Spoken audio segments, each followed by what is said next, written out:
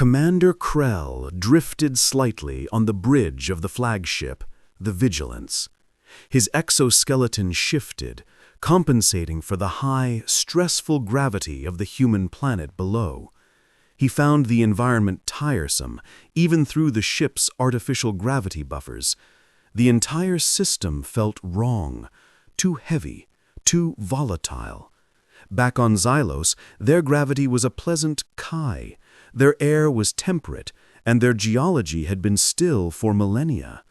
This place, Earth, was crude. He looked at the main display, which showed a mottled blue and white sphere spinning too fast. The planet's vital signs were chaotic. "Report, Analyst Vix," Krell commanded, his voice a low thrumming sound in the quiet space. "Commander, the preliminary data remains consistent.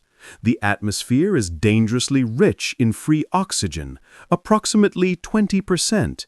This is toxic to long-term tissue stability. The weather patterns are entirely unpredictable. We have logged 4 severe global storms in the last solar cycle alone. The planetary magnetic field is strong but wildly erratic. By all standards, Commander, this world should be biologically inert, or at least barely sustaining life." Krell made a dismissive gesture with a thick limb. "It sustains life, Vix. Their cities are visible even from this altitude. It is an evolutionary miracle of low efficiency, nothing more. We do not need to live here. We simply need to conquer it. Focus on the population and defense metrics." The display shifted, highlighting several small, slow-moving objects. "Space defense is negligible," Vix continued. "Their technology is entirely kinetic. Slow-moving metallic projectiles, explosive charges. They have no energy shielding, no effective FTL capability, and their orbital platforms are rudimentary. We classify them as a Tier 3 species, primitive, easily subdued. Their only advantage is sheer numbers." "Numbers are irrelevant to tactical superiority," Krell stated. He knew this argument well. His entire fleet had been bred for calculated, clean victory. Earth was a rich world, full of untapped resources, and its inhabitants were too weak to hold them. The initial landing team checked in shortly afterwards. They had used cloaking technology to land an armored transport just outside a populated area, capturing a small group of human military personnel without a single casualty. "Bring up the live feed from the captured specimens," Krell ordered. The screen showed a narrow room. 2 Xyloxian soldiers, encased in heavy, reinforced armor, stood guard over a human male slumped against a wall. The human was wearing rough, faded green clothing. "Physical assessment, Commander Krell," the field officer reported. "The specimen is designated Sergeant Ryan by his identifying tags. Height and mass are substantially lower than our racial average. The skin is unnervingly thin and unarmored, prone to easy tearing and bruising. Their bone density is weak for this planet's gravity." Krell focused on the human's face. The specimen was breathing hard, blood trickling from a cut above his eye, but his gaze was fixed on the ceiling, not on the overwhelming force that held him captive. The eyes were intense, a strange, emotional green color. "Note the psychological state," Krell observed. "High levels of adrenaline and cortisol are present. A panicked state. They are emotionally unstable. Their internal biology is a mess of overly complex systems and exposed nervous tissue. They are biologically fragile." The field officer nodded. "They fight fiercely, Commander, but with total disregard for self-preservation. It is a wasteful, inefficient aggression. They are small, weak-skinned, and psychologically volatile. They are not a true threat." Krell felt a surge of confidence. The analysts had been right. The planet was a nightmare of physics and biology, but the inhabitants had adapted by becoming desperate, fragile survivors. They were glass dolls playing in a tempest. "Prepare the surrender demand," Krell said, straightening up in his command seat. "Broadcast it in all known human languages, across all active communication channels. We will offer them fair terms of resource extraction in exchange for their lives and the preservation of their cultural centers. I expect immediate compliance. Once the leaders see the scale of our fleet, they will yield." He watched the static-filled image of Sergeant Ryan one last time. The human looked up slowly, meeting the camera's lens with an expression that Krell misread as confused terror. He gave the final command. "Commence the invasion. We will have this world secured by the end of the next solar cycle." He settled back, entirely certain of his prediction, unaware that the planet below, and the fragile things it bred, was about to teach him the terrible price of kinetic life. The dropships of the Zoloxian main force screened through the turbulent upper atmosphere, oblivious to the high turbulence that rattled their hulls. Commander Krell, watching from orbit, felt a cold satisfaction. The human planet had issued its foolish demand to retreat. Now the invasion would begin.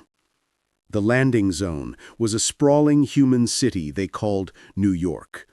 It was a dense cluster of tall metal and glass towers, a seemingly perfect place to seize control of the population centers. The first wave of assault units landed with heavy, echoing thuds in a central park area, deploying massive, spider-like combat walkers designed to crush resistance. The Zoloxians expected panic, scattering citizens, and perhaps a few organized but easily destroyed police units. They expected energy weapons to harmlessly glance off their shields. What happened next was not a battle, it was an ambush.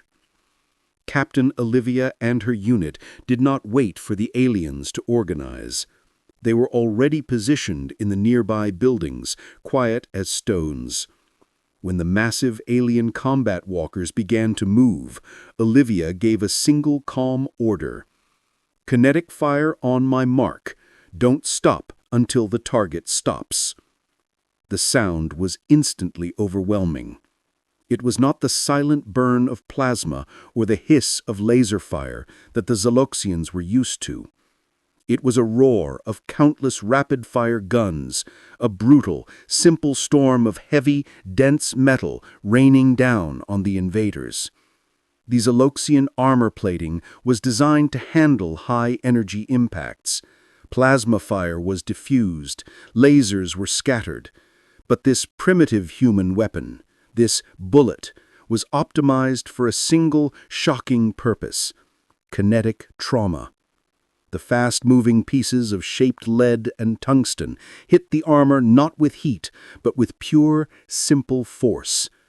The primary personal shields of the Zoloxian soldiers flickered and failed almost instantly under the repetitive, focused blows. The bullets, lacking heat, did not vaporize, they simply hammered the same spot again and again. Alien commanders watched in disbelief as their front line buckled. Plates were ripped free, hinges shattered, and joints were hammered into useless metal slag. A massive combat walker, designed to resist an anti-ship missile, stumbled and collapsed because a dense hail of human ammunition had jammed its primary hip actuator. The raw, blunt violence was paralyzing. In the command center, Analyst Vix cried out, "Commander, their weaponry. It is inefficient, but the sheer volume and velocity are overwhelming our kinetic dampeners. They are using materials we did not calculate for rapid deformation." Krell watched as two of his elite soldiers fell to the pavement. They had been hit perhaps 100 times in the space of 1 second. Their complex, vital organs, though protected from heat, were simply pulped by the constant shocking vibration traveling through the armor. Their medical data. Report on the wounded, Krell shouted. The medical officer, a specialist named Tarl, sent back a chilling transmission. Commander, the human physiology is horrifying. We have captured 5 more human fighters. One of them, a male, has a compound fracture in his lower leg. The bone is exposed. He should be in total shock, unconscious. Instead, he is attempting to bite the medic holding him. Another specimen, a female, has 3 punctured lung sacs. She should be dead from oxygen loss. Instead, she is swearing at us. Their bodies have an unnatural tolerance for trauma.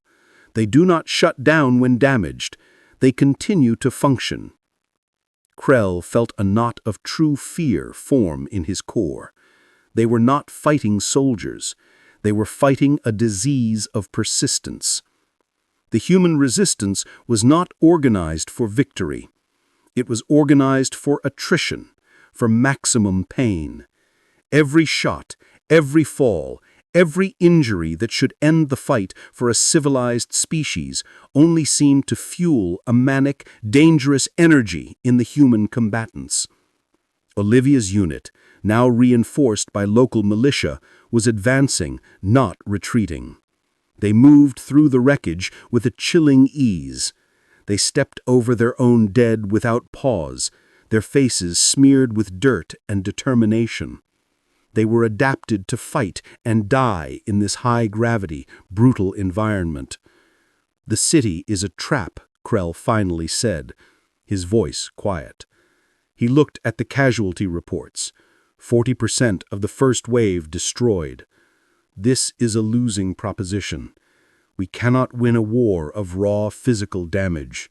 They are bred for it. He made the necessary, humiliating decision. Order a full tactical retreat from the urban centers. Gather the surviving units. We are pulling back to the forested area designated Mid-Sector Delta. It is a region of low population density and stable, isolated terrain. We need time to analyze this primitive barbarism.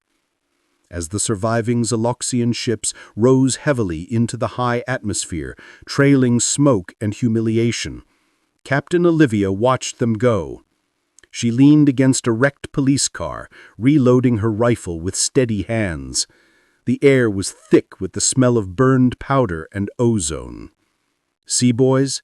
They can't handle the real world. They don't like it when the air is thick and the bullets are fast. Her voice was tired, but laced with a dark satisfaction. The invaders had learned their first lesson. On Earth, the rules of combat were written in iron, not energy. They had survived their planet's brutal schooling, and the aliens had not. The surviving Xyloxian transport ships set down heavily in the designated retreat zone, Mid-Sector Delta. It was a vast, quiet woodland, far from any major human settlement. Commander Krell, watching the feed from the flagship, felt a small measure of relief. At least here, the humans could not use their brutal kinetic traps.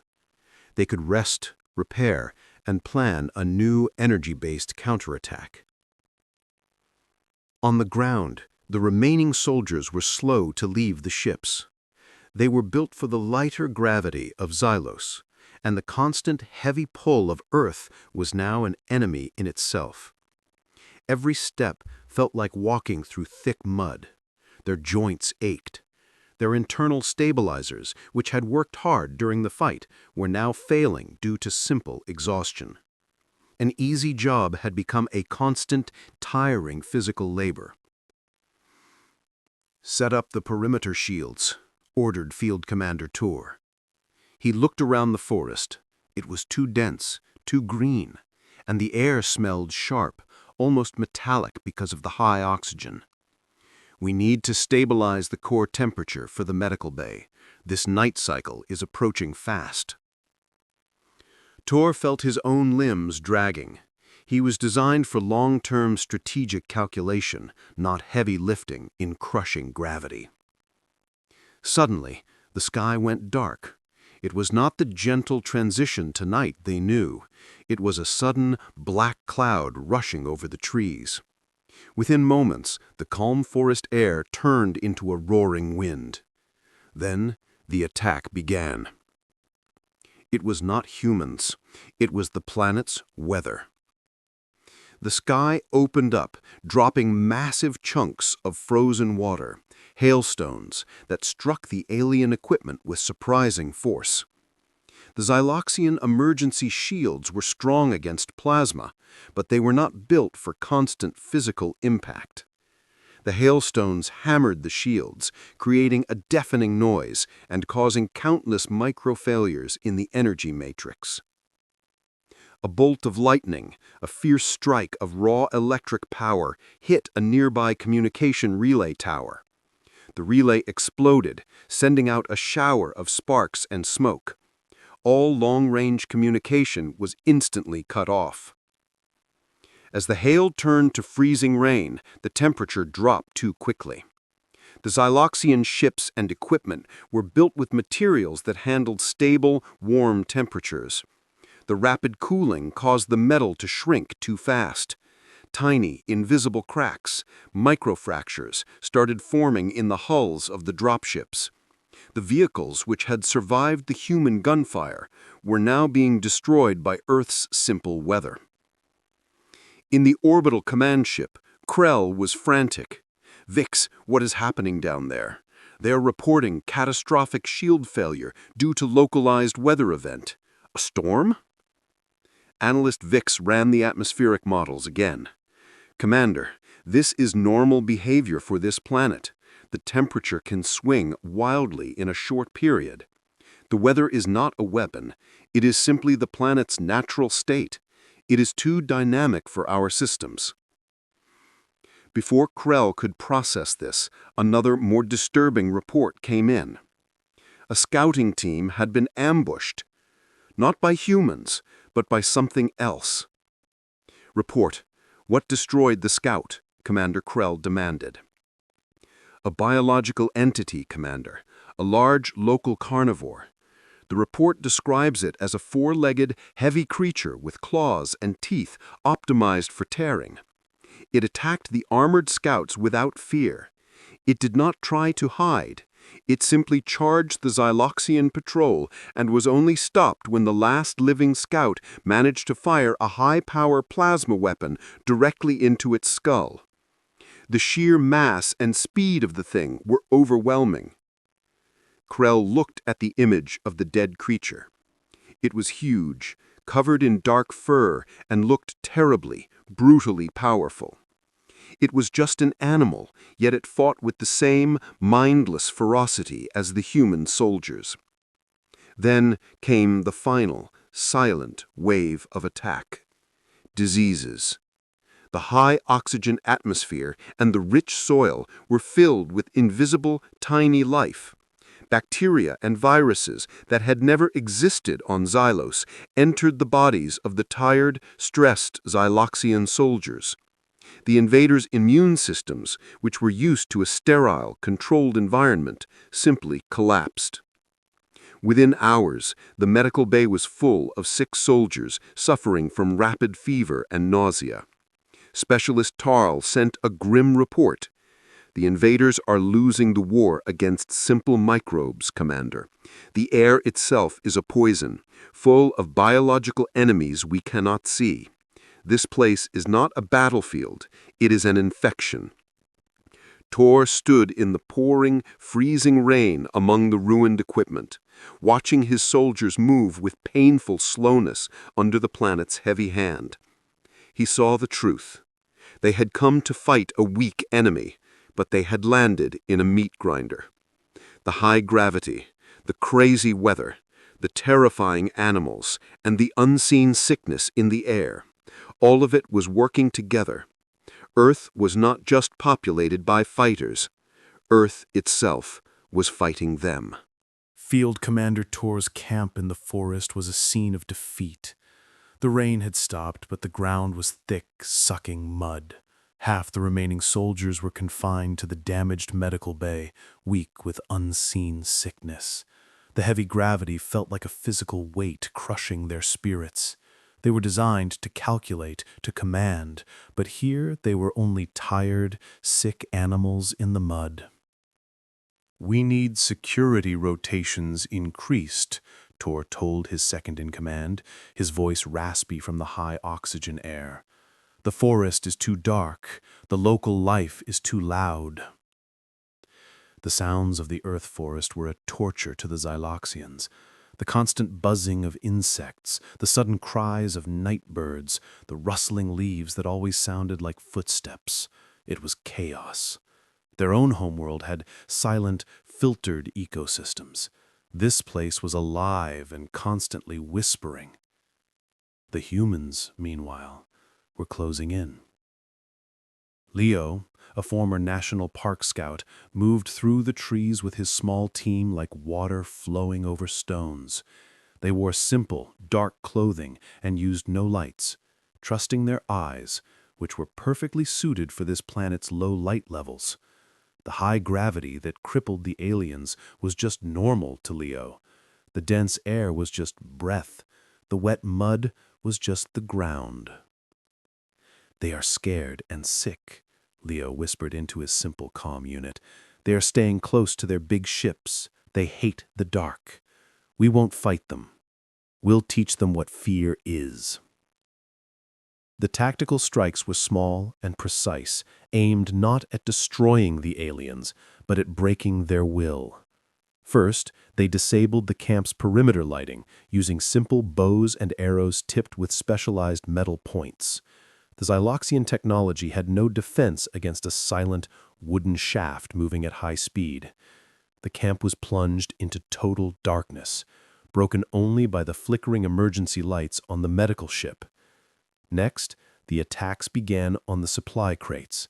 There was no sound of battle, no explosions, just the sudden, clean disappearance of food and energy cells.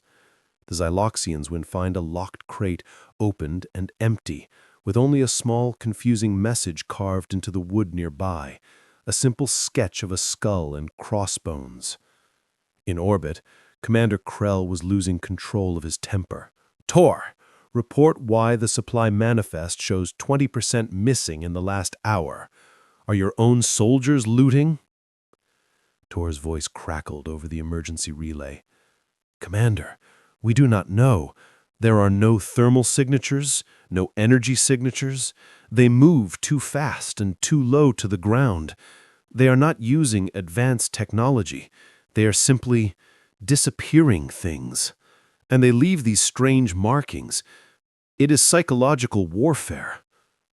Krell looked at the image of the crude skull drawing. It was meaningless to him, yet he could hear the panic in Tor's voice. Then came the true horror. The humans started targeting the sick. A soldier named Zorn was pulled from the side of the medical ship. His screams were heard over the camp speakers for 10 long seconds before they were cut short. When a patrol found Zorn's abandoned post, they found nothing but a single perfectly placed human knife, a brutal, sharpened piece of steel stuck into the ground where he had been standing. The shock was total. The Xyloxians were used to battles where technology fought technology.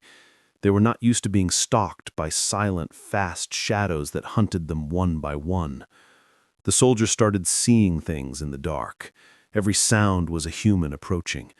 They did not dare leave the small, muddied perimeter. Krell watched the mental breakdown on his monitors. His disciplined, logical forces were collapsing into paranoid piles of fear. "Analyst Vix, explain this behavior. They are not soldiers, they are ghosts. How can they move so silently in this dense environment?" Krell demanded. Vix's report was the most terrifying one yet. "Commander, we misread their basic biology. Their small size and high muscle density, which we saw as a weakness, allows for incredible speed and agility in this environment. Their nervous system, which we called volatile, allows them to ignore pain and fatigue. But the true weapon is their mind, Commander. They are not adapted to civilization. They are adapted to chaos. They have adapted to the very idea of a constant threat. They thrive on instability. The fear we are feeling, the sickness, the exhaustion, to them, this is home. This is the environment that formed them. They are not just fighting us, Commander. They are enjoying the hunt. Krell looked at the satellite image, the small, dark camp surrounded by the vast, silent, green hostility of the forest. He finally understood. It was not their guns or their ships that made the humans dangerous. It was the planet itself that had forged them into something terrible, a creature that smiled at the storm and grew stronger from fear. They had invaded a death trap, and the traps were closing. The commander's realization was too late. Commander Krell sat perfectly still on the bridge of the Vigilance. The ship was silent, holding station above the swirling blue chaos of Earth. Below, Field Commander Tor's last signal had gone silent 3 cycles ago. There had been no battle, no explosion, just a sudden, soft cutoff of the emergency beacon. The soldiers had not died in glory. They had been swallowed by the dark, wet forest, killed by fever, gravity, and unseen shadows. Analyst Vix stood by the main console, her posture stiff with fear. She was running the final assessment, the report that would seal the fate of this invasion. "Report, Vix. Do not speak of soldiers or supply counts. Give me the fundamental threat analysis," Krell ordered, his voice flat and empty. Vix cleared her throat. "Commander, the threat is holistic.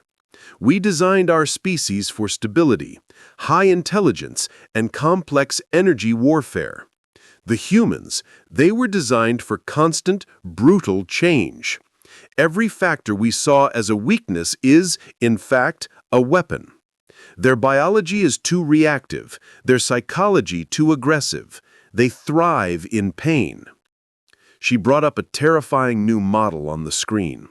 It was not a map of human defense, but a map of Earth's natural systems. "Look at the atmosphere," Vix said. "We saw 20% oxygen as toxic. They see it as fuel.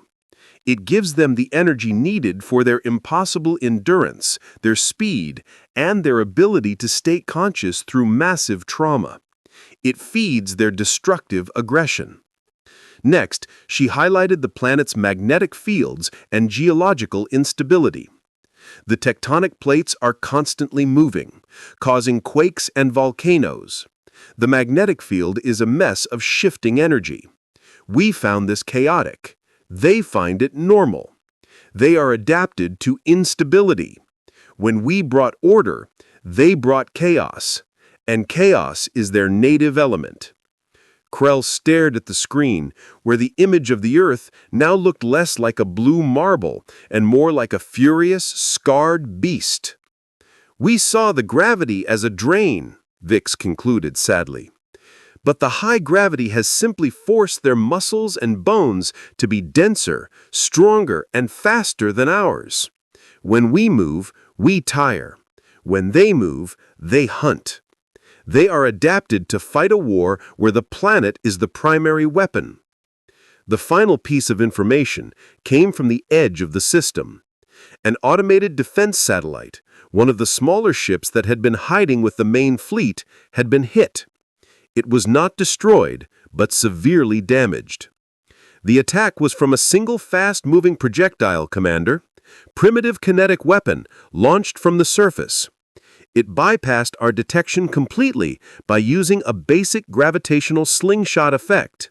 They used the planet's own pull to launch their garbage into orbit." Krell finally stood up, the movement slow and painful. They had been fighting a war of energy, strategy, and technology. And the humans had been fighting a war of physics, biology, and sheer stubborn violence. The humans did not need plasma cannons. They only needed their terrible planet and their terrible will. He looked around the bridge at his pale, sick, and demoralized crew. They were not made for this. Their minds could not handle the random cruelty of a Deathworld. "Prepare the fleet for an immediate jump," Krell commanded, his voice shaking with a sense of total, humiliating failure. "Commander, we cannot abandon the invasion. We have only lost 1% of the fleet," Vix protested. "Silence!" Krell roared, the sound echoing through the bridge. "We have lost everything. We failed to understand the enemy. We were defeated not by their weapons, but by their home. This is not a strategic withdrawal. It is a desperate flight for survival." Krell watched as the huge fleet began to turn, their sleek, silent hulls leaving the dangerous, heavy gravity well. He knew the report he would file would destroy his career and perhaps spark a galactic fear. He activated the fleet-wide emergency channel. "Attention all remaining Xyloxian forces. By order of this command, the Sol System, Sector Gamma 7, is now designated a Category 5 isolation zone. Threat classification, Deathworld." He looked down at the swirling blue-green planet one last time. He imagined the small, tough human, Leo, looking up from the mud, watching them run. He saw the truth in those fierce green eyes. Earth did not breed weak things. It bred killers forged by fire, flood, and bone-crushing gravity. And those killers would never stop hunting. The commanders had realized, too late, that the real enemy was the environment, and the humans were simply the environment's most perfect, relentless weapon.